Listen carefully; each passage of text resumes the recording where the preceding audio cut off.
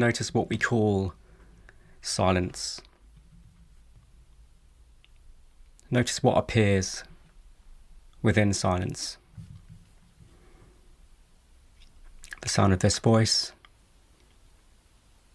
thoughts, background sounds,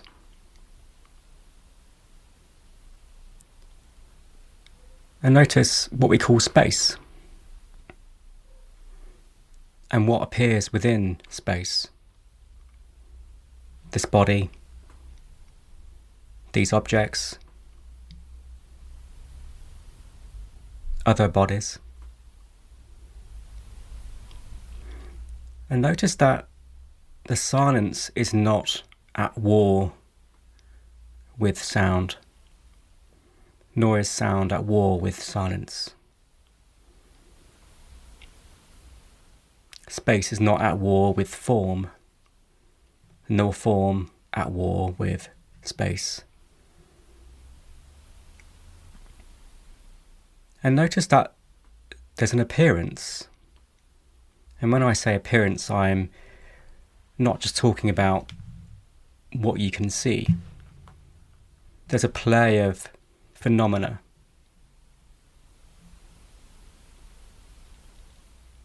So though it's true that there is one, there is a wholeness, one reality, one self, there's also this appearance, there's this display, there's this apparition. We can't deny that, can we? There's a positivity, there's a shining, there's a radiating of something. And we can argue about what things are. We can toy with different concepts and definitions and translations. But beyond meaning, there's an isness, there's an actuality, and it takes shape as your present experience. So there's this inherent balance in this expression of form and space, of sound and silence. Absolutely everything you are experiencing right now has a place within your capacity of experiencing, of awareness, of consciousness. And each experience is made of this experiencing, made of awareness, made of this singular reality. So we need not throw the baby out with the bathwater and just conclude there is just a singular reality, there's just wholeness, there's just oneness, there's just awareness. That's true, but it takes form, it takes expression. And yes, there is no actual form, but it does seem to take shape, even if that shape is like the waves in the ocean. Just a temporary shape, a temporary form, made of nothing but the entirety, nothing but the totality of reality, nothing but the ocean. So in this sense, there are no mistakes. Nothing is out of place. So notice what appears in your so-called internal world. Notice what's appearing in the external world. Nothing is out of place here, because everything has arisen from that one ocean of reality, made of nothing but that. So everything is an expression of the whole. And in spirituality, we often hear about Maya, about illusion, that there is no self, that there are no objects. And again, that's true, ultimately. But we can also define Maya as magic, as this magical light show of consciousness.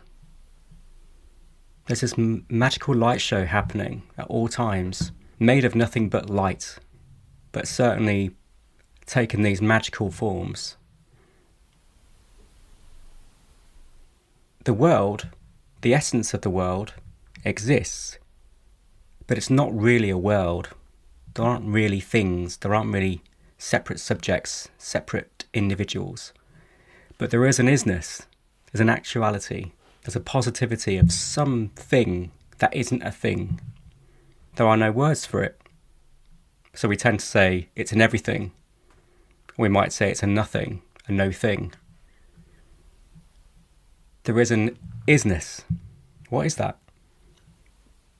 So the illusion is that we mistake consciousness for a world, like mistaking a rope for a snake, as the analogy often goes. So when we recognise the truth, the snake's essence doesn't vanish. We simply see it for what it is. It's a rope, not a snake. So in the same way, the world is real because it is that which is real. It's made of that which is real. It derives its realness from, well, pick a word. We could call it ultimate reality, Brahman, consciousness, self, true self. Again, there are no words, but we could use any, literally. So things are real in that sense, is that in that they derive their reality from that which is real. But there are no separate things.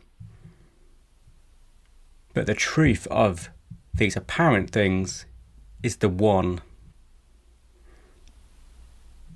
You might know that in Kashmir Shaivism, which is part of the Tantric lineage, they use the word Shakti. And they point out that this energy of the divine is equally present in everything. So it's a radical inclusivity, a radical equality. Everything is included. There's not some other reality, there's not some other place.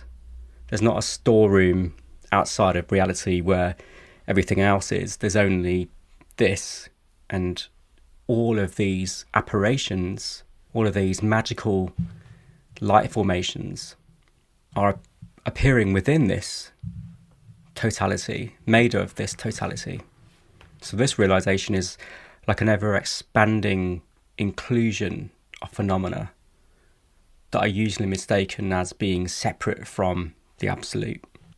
So it's not a negation, it's an inclusion. It's not the path of I'm not this, I'm not that, I'm not the body, I'm not the mind, I'm not these objects. Again, that's true. The other side of the equation is I am this body, I am this mind, I am all these things, I am the universe, I am beyond. It's just that I'm not limited to any one thing. I'm all of it. You are all of it. So it's this ever-expanding inclusion. It's this too, and then you're surprised again. This too, even this is included. It can't not be. Even this feeling, even this thought, even this idea is included. What else is there to be included other than what's here? There's nothing else. There's no other possibility of anything. There's just what's here. And there's no other material, not that it's a material really, no other substance other than this, whatever this is, for anything to be made of. I like to use different words to point to the unpointable and not to land on any word, you know. Yes, it's awareness, yes, it's consciousness. We could call it the absolute, we could call it God, we could call it the ultimate, the supreme, or no words, because there are no words, but they're just signposts. So whatever it is, it's completely present in this very moment. It's completely present in all that this present moment comprises. So this one reality is fully present in every atom of the universe, just as the entire ocean is present in every wave, or the entire fire is present within every flame. There's a beautiful quote that points to this from Lakshman Jew. He says, "Take one particle of anything which exists in the world. In that one particle, there is to be realized the totality of the whole universe. The totality of energy is found in one particle," he says.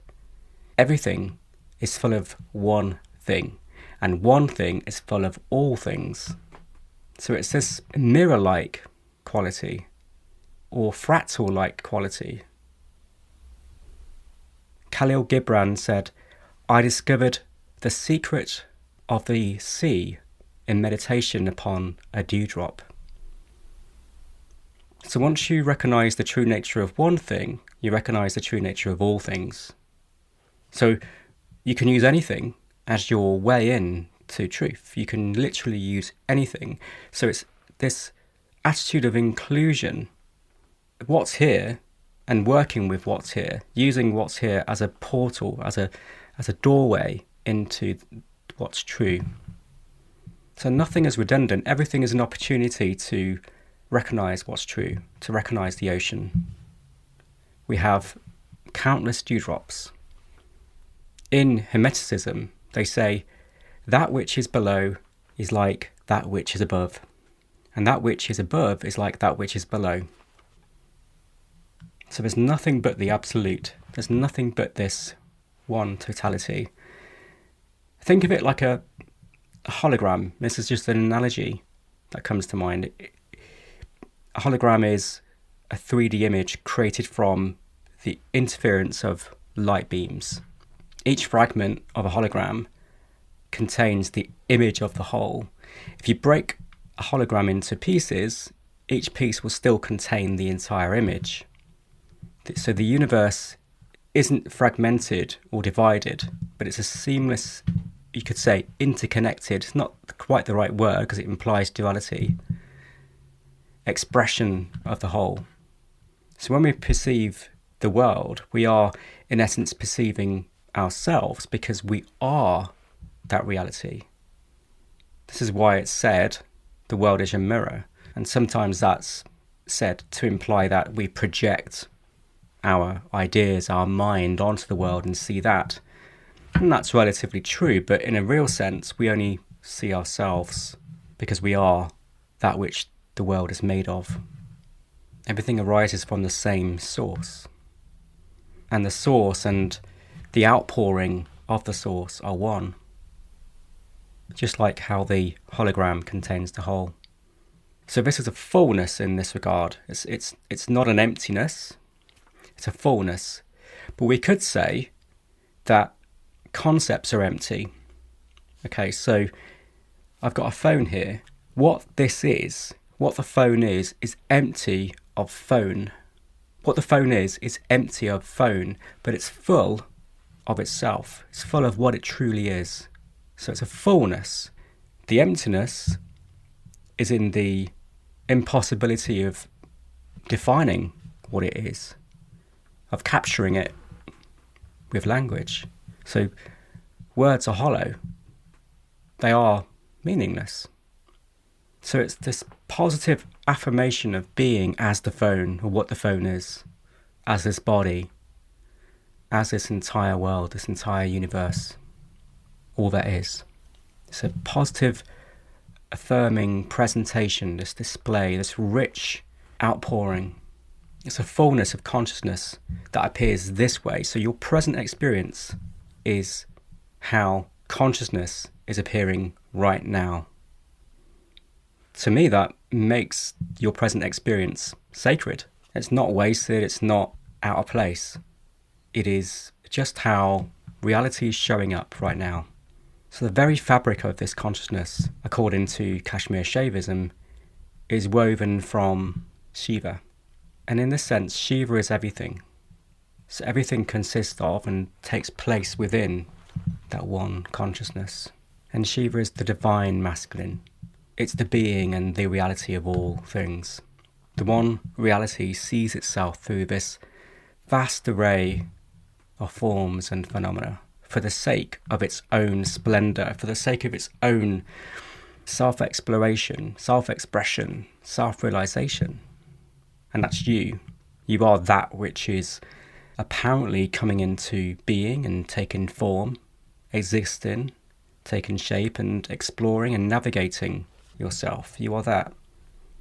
It's not some faraway God. It's not some other holy entity. It's you. because you're not limited to a body, not restricted to a mind. The body, the mind appears within you. Just as this whole room appears within you, appears within consciousness. Is there anything that does not appear within consciousness? You know, if we're going by empirical observation, there's only what's appearing. That's what we can verify. And we can verify that it's all appearing within consciousness. It's all being known in the same capacity, unlimited capacity. So this reality that you are reflects, it self-reflects, it reflects its own nature. And to do so, it must exist. What's your primary knowledge? I don't mean mind knowledge, I mean experiential knowledge. It is I am. Before you can think anything of yourself, before you can believe anything about yourself, before you were told anything about yourself, you had this primary knowledge, this primary jnana, I am. In Sanskrit they say jnana. And that is, I am, I exist. And through this affirmation of being, you are exploring your infinite potential. And this infinite potential that I'm pointing to is presently appearing as your current experience. So this is it. This. No matter how it feels, no matter how it looks, no matter what the mind is telling you, this is the presentation of that. Even, because everything is included, even the sense of self, even the sense of a limited individual, that too is what we could call Shiva in disguise. There's nothing that isn't that. Now ultimately, there is no sense of self, but there's this appearance of what we could call a sense of self. Like there's an appearance of a phone and a chair and everything else. It's just that they aren't separate from their source. So the illusion is that they are separate things. The sense of me, the you, the phone, all of this. But the truth is that they're not separate. So again, in Kashmir Shaivism, they say that the divine feminine Shakti is the form of Shiva, expressing Shiva's dynamic powers in manifestation. Can you feel that? Can you feel that aliveness of existence taking form as being? You can feel what I'm pointing to. It's not abstract, it's not conceptual, not really, even though we're using concepts to point. But can you feel that aliveness, that knowledge I am, that being, that pulsation of consciousness? So there's one consciousness that recognizes itself through this dynamic process of self-awareness, of knowing that I am, knowing that I exist, and manifesting the universe as the very content of that self-knowing process. And so this Shiva, this divine intelligence, this consciousness is the heart of all that is. It's the sea in the dewdrop. You can delve into any dewdrop and you'll find the sea. So this divinity pervades everything and orchestrates everything. So there's no God outside you, and there's no you outside God. So you don't really have to find God or even reunite with God. We can take yoga as meaning the act of becoming one, the act of uniting, the act of merging. Or we can take it to mean the fact of being one undivided whole. In that sense, there's nothing to do to be what you are, to be that reality. And you've got whatever this moment consists of as your dewdrop, as your way in. So even thinking, sensing, perceiving, like that's going on, isn't it? That's going on. So we don't just ignore it or deny it or pretend it's not happening and it's only some idea of awareness. Actually, thinking, sensing, perceiving is awareness. It's just taking that form. So, feeling, smelling, tasting, hearing, seeing, being, all of these are synonyms for that one consciousness. There's a quote by Mike Yap.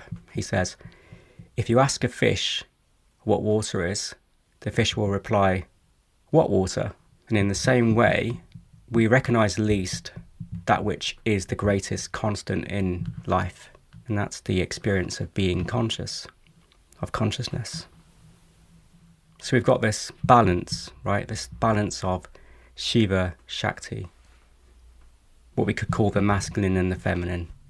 We've got Shiva, consciousness, stillness, the unmanifest, and Shakti as this energy, this dynamic manifestation of existence. So again, the subject, what you take yourself to be, and the object, the phone or whatever it might be, are not separate. So the subject consciousness and the object matter are undivided.